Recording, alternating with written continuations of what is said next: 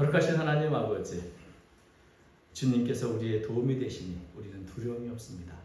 언제나 주의 주신 은혜 가운데 강하고 담대한 저희가 되도록 인도하여 주시고 언변이 된 시 기쁨으로 주님을 찬양하는 저희 모두가 되도록 은혜를 더해 주시옵소서. 귀한 찬양으로 영광을 돌리는 세상 전대원들을 기억해 주시고 때마다 일마다 간섭하시면서 주의 뜻을 이루어 주옵소서. 더 아름다운 모습으로 주의 찬양자의 부족함 없도록 모든 필요한 것들을 충분하게 채워 주시옵소서. 그래도 저희가 말씀을 듣는 시간입니다. 주님께서 함께해 주시고 우리 귀를 열어주심으로 주의 음성을 듣게 해 주옵시고 힘이 부족한 종을 사용하여 주옵소서. 우리 주 예수님의 이름으로 간절히 기도하옵나이다. 아멘. 역사에는 만일이 없다, 이런 말을 아마 들어보셨을 겁니다. 역사에서 만일 이렇게 했다면 어떨까, 만일 저렇게 했으면 어떨까, 이런 것이 있을 수 없다는 거죠. 왜냐하면 역사는 왜 그 사건이 일어났는지 그 원인, 결과, 영향력을 이렇게 추적하는 학문인데, 한 가지 사건에도 그게 눈으로 보는 것처럼 단순하지 않고 그 이면에는 아주 얽히고 이렇게 복잡한 요인들이 있어서 결국 이 사건이 발생하지 않을 수 없었던 겁니다. 근데 그것을 그냥 쉽게 한마디로 에이, 아니 이랬으면 얼마나 좋아 라고 이렇게 하는 것은 좀 별로 의미가 없는 그런 말이라는 의미일 겁니다. 그렇지만 역사를 그 사실을 우리는 바꿀 수는 없지만 역사의 교훈을 얻기 위해서는 만약 이런 질문이 꼭 필요합니다. 역사학자 바바라 터크맨은 이런 말을 했습니다. 역사엔 언제나 만약이라는 질문이 따르기 마련이다. 모든 사건에 보다 더 폭넓은 우리가 교훈을 얻기 위해서는 과거의 일에 대해서 만약이라는 질문을 던져야 한다는 것이죠. 만약 내가 이렇게 했더라면, 만약 이러했다면 어땠을까? 어떤 결과를 가졌을까? 그러면서 우리는 앞으로는 이러해야겠구나 하는 교훈을 얻게 된다는 말입니다. 그러면서 우리 과거에 있어서도 또 신앙에 있어서도 만일 이런 질문을 던진다면 거기 우리는 큰 교훈을 얻게 될 수 있습니다. 이것은 어떤 후회가 아니라 내가 앞으로 어떤 삶을 살 것인가에 대한 교훈을 위해서 필요한 것이죠.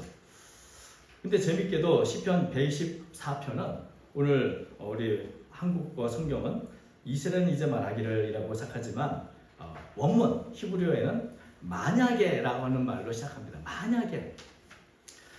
이 시편 124편은 이 이스라엘 백성들이 성전에 올라가서 예배를 할 때 사용했던 찬양과 간증의 시인데, 돌이켜보면 우리가 돌아온 역사 가운데 만약에 이러이러했다면 어떤 결과가 있을까? 만약에 우리의 조상들에게 하나님께서 개입하지 않으시고 도와주시지 않았다면 지금 우리는 어떻게 됐을까? 이런 이제 질문을 던지는 것이죠.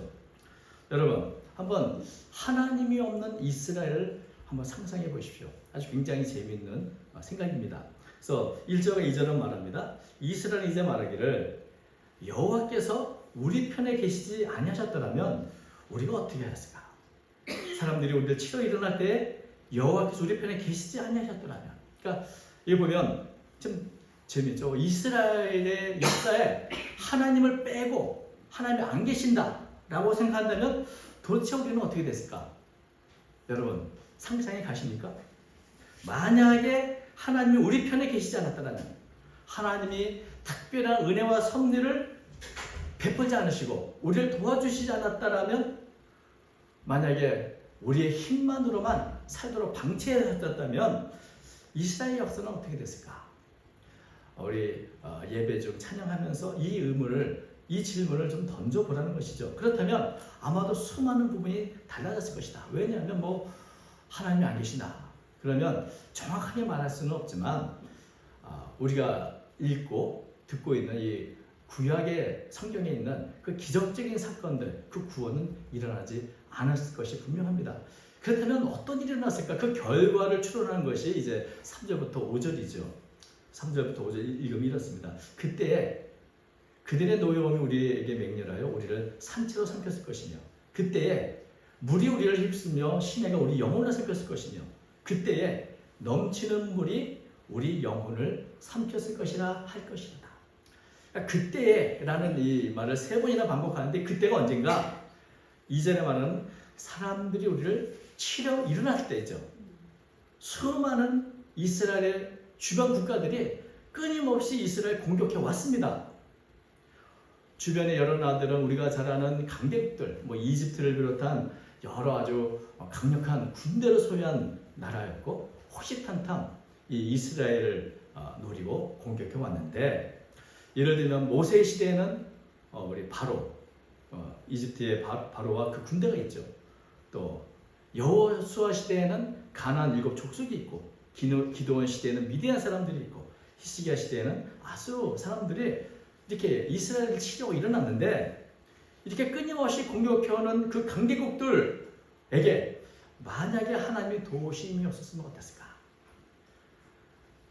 그들은 정말 아주 맹렬하고 또 모든 것을 휩쓰고 갈 만큼 강력하고 냉혹한 그런 군대였는데, 하나님이 우리 편에 계시지 않고 도움을 주지 않고 그냥 이스라엘 너희들이 알아서 하라고 방치해 놓았다면 우리의 운명은 어떻게 됐을까? 여러분, 이스라엘은 우리가 아는 것처럼 작은 나라입니다. 힘이 없고 모든 것이 부족한 나라인데, 그 맹수와 같은 열국들과 싸우기에는 너무나 부족하고 그저 그들의 작은 먹잇감에 불과한 그런 약한 나라였습니다. 그러니 그 결과는 뻔하겠죠. 전쟁에 패한 후에 처참한 모습으로 약탈을 당했고 자유는 유린되었을 것이다. 철저하게 패배했을 것이다. 이것이 그들의 추론입니다. 왜냐하면 그때라고 이렇게 3번 그때 하지만 결국 뭡니까? 뭘로 마치죠? 우리를 산채로 삼켰을 것이며, 그때 우리 영혼을 삼켰을 것이며, 그때 우리 영혼을 삼켰을 것이다. 그러니까 철저하게 우리가 다 그들의 먹잇감이 돼서 그들은 우리를 산채로 삼키고 우리의 모든 것을 홍수처럼 다 휩쓸어가고 심지어 우리의 영혼까지도 다 그들이 삼켰을 것이다. 그래서 이스라엘은 역사에 존재하지 않는 그런 사라진 민족이 됐을 것이다. 이런 결론을 그들은 갖게 됐다는 것입니다. 물론 이런 결과를 뭐 이렇게 동의하지 않는 분도 있겠죠. 왜냐하면 뭐 하나님이 안 계신데 하나님이 어디 있어라는데 무신론자들은 아마 이런 이들의 결론에 대해서 좀 반대할지 모릅니다. 최근에 신문을 보니까 갤럽 여론조사를 통해서 61개국을 대상으로 이제 종교적 성향과 실제에 대한 인식 설문조사 이 결과가 이제 보도됐는데, 신이 존재하는가, 신이 존재하다고 믿는 그 질문에 대해서 61개국 평균이 72%라고 합니다. 그러니까 72% 많은 사람들이 신이 존재한다고 믿는다는 것이죠. 그런데 우리나라 사람들은 41%만이 믿는다 이렇게 응답을 했다고요. 또 61개국에서 하나님 없다고 믿는 무신론자의 평균 비율이 10%인데 유독 우리 한국은 34%가 된다고 합니다. 여러분, 왜 우리나라 사람들은 왜 그렇게 우리가 아는 것처럼 참 종교성이 높은 민족인데도 불구하고 무신론자의 비율이 갈수록 높아질까요? 왜 하나님이 없다고 믿는 무신론자들이 이렇게 많을까요? 아마 우리나라 많은 분들이 뭐 하나님이 있든지 없든지 뭐 바쁘게 사는데 그 뭐 필요해 라고 생각하는 분이 있을 수 있고, 혹은 뭐 믿는 거나 안 믿는 거나 똑같아 이런 어떤 자괴감이 있을 수도 있고, 오히려 하나님 없다고 믿는 게 더 편해 라고 생각하는 분도 있을 수 있겠죠. 그렇다면 여러분, 하나님 없이 사는 삶과 하나님과 함께하는 삶은 전혀 다릅니다.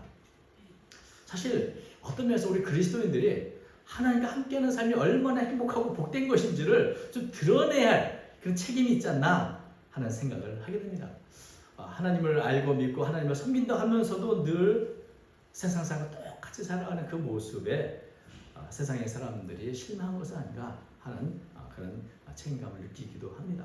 아무튼 여러분, 이스라엘 백성들에게 하나님이 안 계신다, 하나님이 도우시지 않았다, 그렇게 생각해 보십시오. 모세가 홍해 바다를 건널 때 하나님이 도우시지 않았다 생각해 보십시오. 이스라엘 백성은 어떻게 되겠습니까?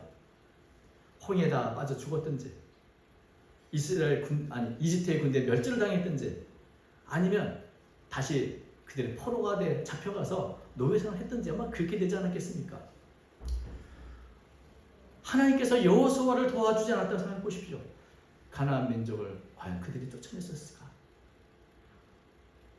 모세와 함께하지 않으셨고, 여호수아와 함께하지 않았고, 기드온과 함께하지 않으셨고, 히스기야와 함께하지 않으셨다면 그 결과는 아마도 이분들이 추론한 것처럼 우리는 이제 존재하지 않는 그런 나라와 민족이 됐을 것이다.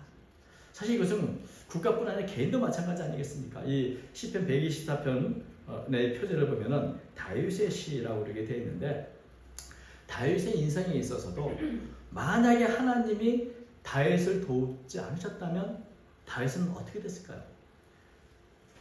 골리앗과 싸워 이길 수 있었을까요? 수많은 위기와 수많은 전쟁에서 과연 살아남을 수 있었을까요? 이스라엘 왕이 될 수 있었을까요? 여러분, 하나님 없는 이스라엘 민족을 우리가 상상할 수 없는 것처럼 하나님 없는 다윗도 우리는 생각할 수가 없는 것입니다. 우리는 어떻습니까? 만약 하나님이 우리 편이 아니셨다면, 하나님이 우리를 돕지 않았다면 우리는 어떻게 됐을까? 우리의 과거의 극심한 위기의 어려움 속에서 하나님이 그대로 날 방치해 두셨다면 오늘 우리가 여기 있을 수 있습니까? 사실 만약 하나님이 함께하지 않았다면, 하나님이 돕지 않았다면, 이 질문을 생각할수록 오늘 내가 이렇게 있는 것 자체가 참 모든 것이 은혜구나 라는 것을 다시 한번 확실하게 느끼게 되는 것이죠. 하나님이 계셔서 얼마나 좋은가, 하나님 우리 편이어서 얼마나 감사한 일인가 하는 그런 감사가 저절로 나오게 되는 것이죠. 그래서 6절과 7절은 바로 이런 안도감 속에서 감사의 찬양을 부릅니다. 6절은 이렇게 됩니다. 우리를 내주어 그들의 이에 씹히지 아니하게 하신 여호와를 찬송할지어다. 만약에 하나님이 도와주지 않았다면, 만약에 하나님이 그때 역사하지 않았다면 우리는 어떻게 됐을까? 하나님이 우리를 그들에게 먹잇감으로 내어주지 않은 것 정말 감사하다. 여러분, 이것은 한 나라뿐 아니라 개인도 그렇습니다. 우리가 다니엘의 경험을 잘 알고 있죠. 하나님을 섬기면서 하루에 3번 기도했다는 제목으로 다니엘은 사자굴에 던져졌습니다. 그리고 그 다음날 다리오 왕이 이렇게 묻습니다. 다니엘서 6장 20절인데요. 살아계신 하나님의 종 다니엘아, 네가 항상 섬기는 네 하나님이 사자들에게서 너를 구원하셨느냐?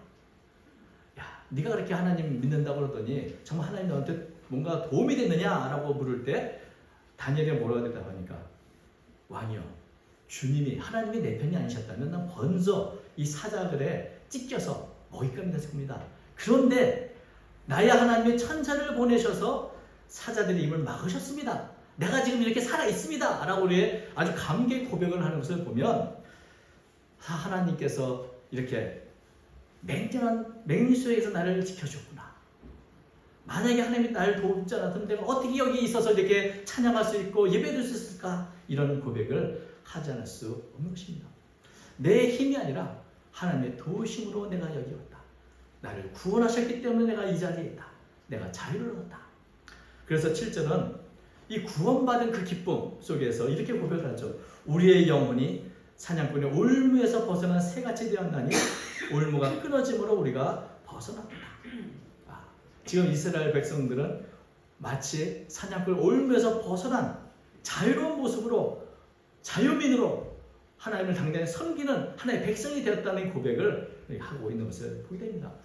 근데 하나님의 구원은 단지 눈에 보이는 물리적인 어떤 사건이나 위기에서만 있는 것은 아니죠.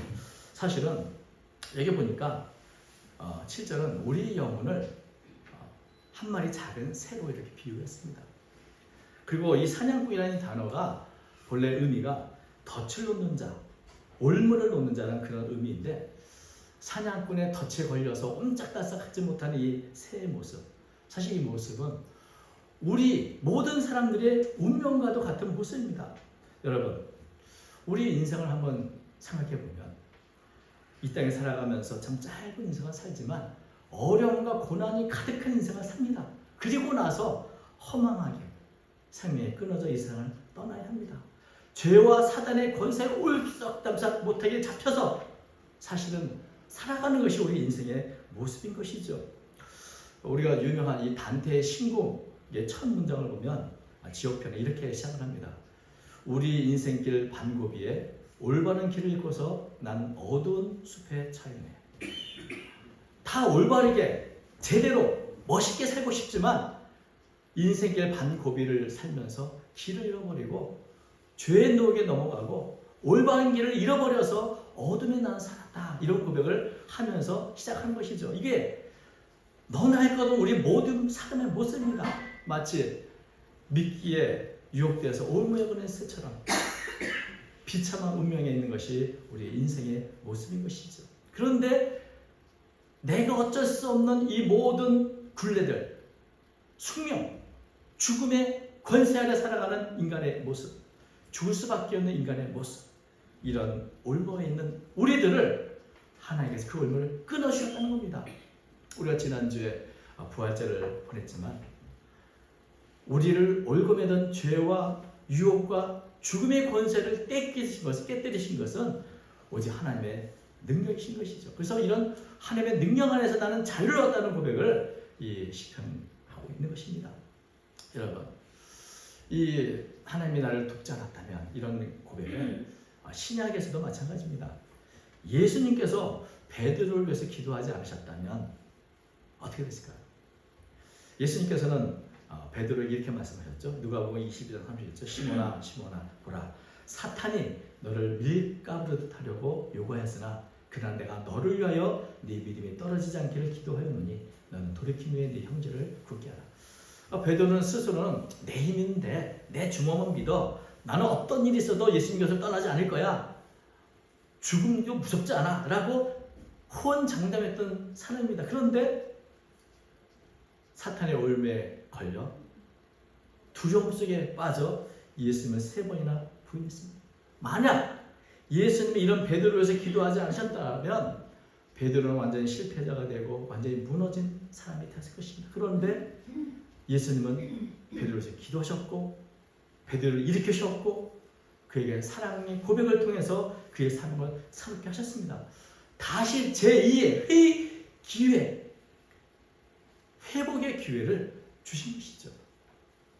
마치 패자 부활전처럼 하나님께서는 베드로를 다시 살리셔서 영적으로 살리셔서 하나님 귀한 일꾼으로 삼으신 것을 우리는 보게 됩니다. 그러므로 사실 이 시편 124편의 최종적인 결론은 이겁니다. 이런 생각, 과거에 우리의 돕지 않았던 어떤 일이 일어났을까? 그리고 내가 지금 어떤 삶을 살고 있는가를 고백한 후에 최종적인 결론은 우리의 도움은 천지를 지으신 여호와의 이름이다.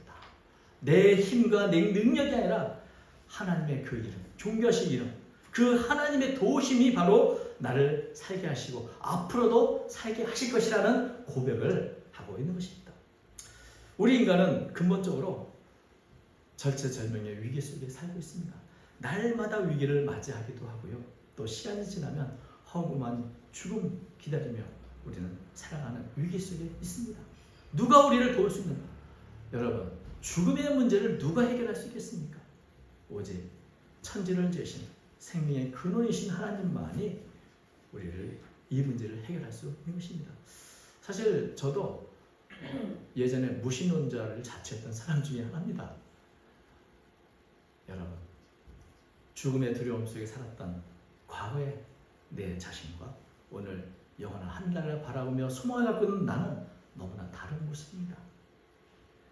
생명의 근원이신 창조주 하나님, 우리의 도움은 천지를 지으신 여호와의 이름입니다. 하나님의 계시기에 하나님이 우리를 위해서 예수님을 보내시고 십자가와 부활을 통해서 우리의 죄의 문제를 해결해 주셨기에 우리는 이제 나는 천국 백성이라는 그런 자존감과 희망을 갖고 살아갈 수가 있게 되는 것이죠. 이것은 사도 바울도 마찬가지였습니다. 사도 바울은 고린도전서 15장 16절에 만일 그리스도가 다시 살지 않으셨다면 어떻게 했을까? 만일 우리가 살아가는 희망이 그저 이 세상 것뿐이라면 우리야말로 가장 불쌍한 사람이 아니겠는가? 이런 고백을 하고 있습니다.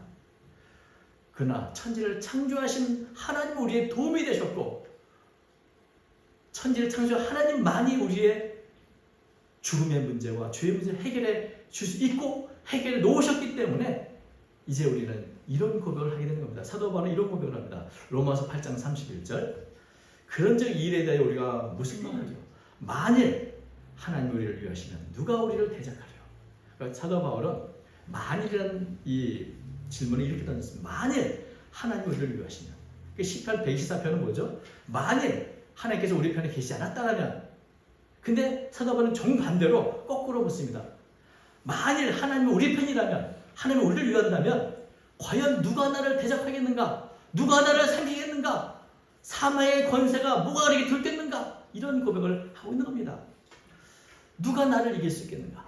여러분, 우리의 도움은 천지를 창조하신 하나님께 있다.